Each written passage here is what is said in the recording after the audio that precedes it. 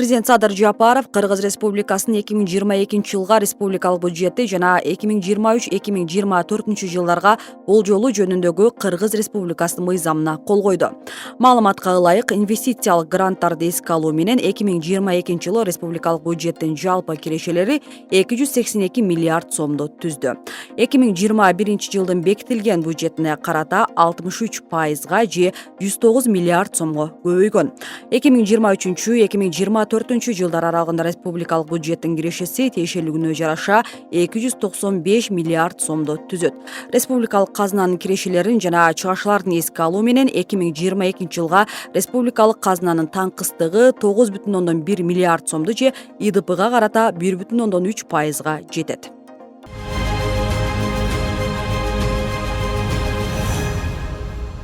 Мамлекеттик органдар апрель айынан тарта электрондук документ колдонууга өтөт. Маалыматты министрлер кабинетинин төрагасы Акылбек Жапаров билдирди. Учурда электрондук документ боюнча эң төмөнкү көрсөткүчтөр Чүй облусунда байкалууда. 105 айыл өкмөтүнүн 31 электрондук документ жүгүртүү системасына кошулган эмес.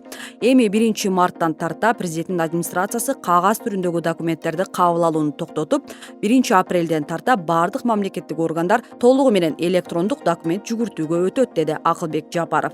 19 январда жогорку кеңеште жаңы санарип министринин талапкерлигин кароо учурунда буга чейин санариптештирүү боюнча алгылыктуу иш жүрбөгөнү айтылган болчу. Аймактардагы санариптештирүү иштери алдыга жылбагандыгы көрүнүп турат, урматтуу коллегалар. Буга жергиликтүү өз алдынча башкаруу органдардын кызматкерлеринин биринчиден билими төмөн, потенциалы начар, жаңыча иштөөгө кызыгуу жок болуп жатат. Бул проблемаларды ким чечет? Албетте сиздер, жетекчилер чечиңиздер керек.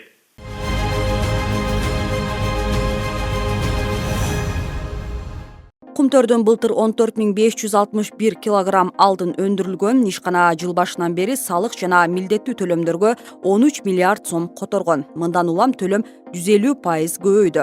Ал эми алтынды сатуудан түшкөн дүн киреше 856 миллион долларга жетип, анын 621 миллиону ишканага тышкы башкаруу киргизген учурда алынган.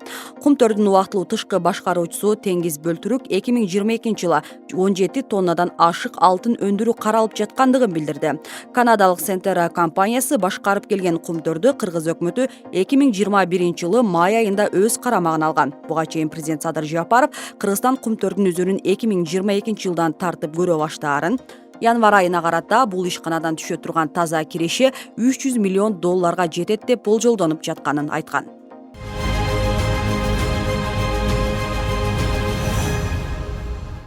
Үстүбүздөгү жылы Кыргызстандын бардык облустарында сугат мезгили эрте башталат. Бул тууралуу Айыл чарба министри Аскарбек Жаныбеков билдирди.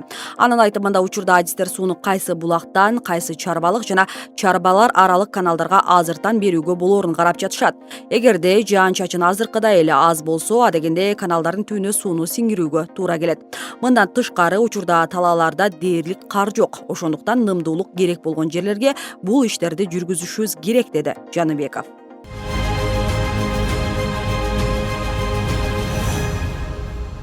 Баткен облусунун чек арага чектеш айыл тургундардын пенсиясы жана жөлөк пулдун өлчөмү көбөйтүлөт. Ошондой эле алар киреше салыгынан бошотулат.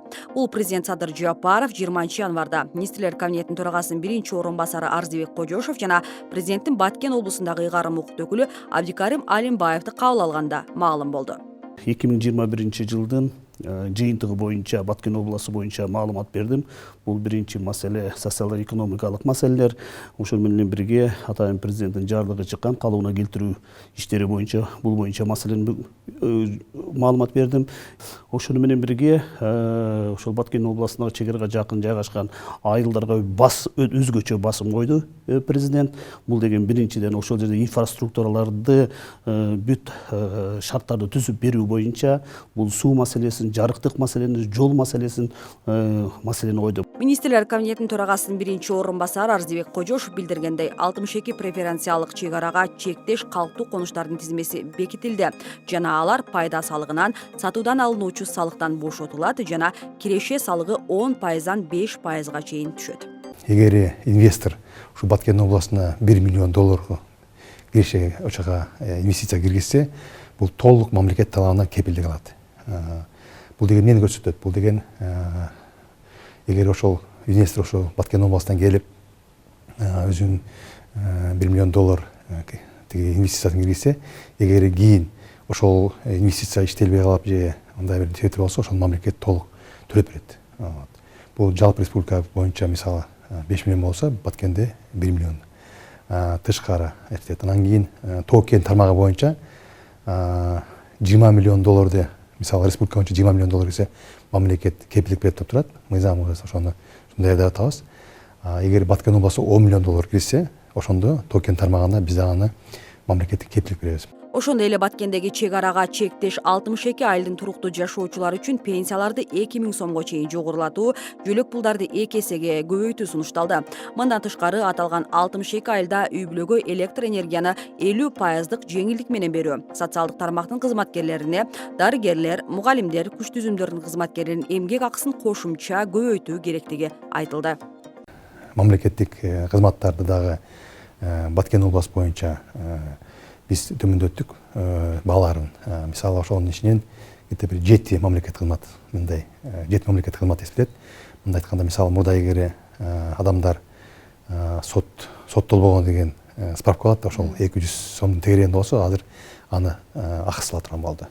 Андан тышкары ушул медицина кызматкерлерини медицина тармагынан тейлеп алгандар эгер каржылоо мурда ошону төлөсө, азыр ошонун 50% мисалы рентген аппаратка түшүү, анан кийин дагы башка услугаларды алганда алар 50%-ын төлөйт да. Ошону биз элдерге баарына жеткиребиз, Кудай буюрса. Президент Садыр Жапаров айтылган сунуштарды колдоого алды. Мамлекет башчысы кыска убакыт аралыгында тийиштүү нормативдик укуктук процедураларды соңуна чыгарып, аталган сунуштарды 2022 жылдын 1 мартынан тартып ишке ашырууну тапшырды. Эске салсак, президент Садыр Жапаров 2021 жылдын 10 сентябрында Баткен облусунун статусу жөнүндө мыйзамга кол койгон.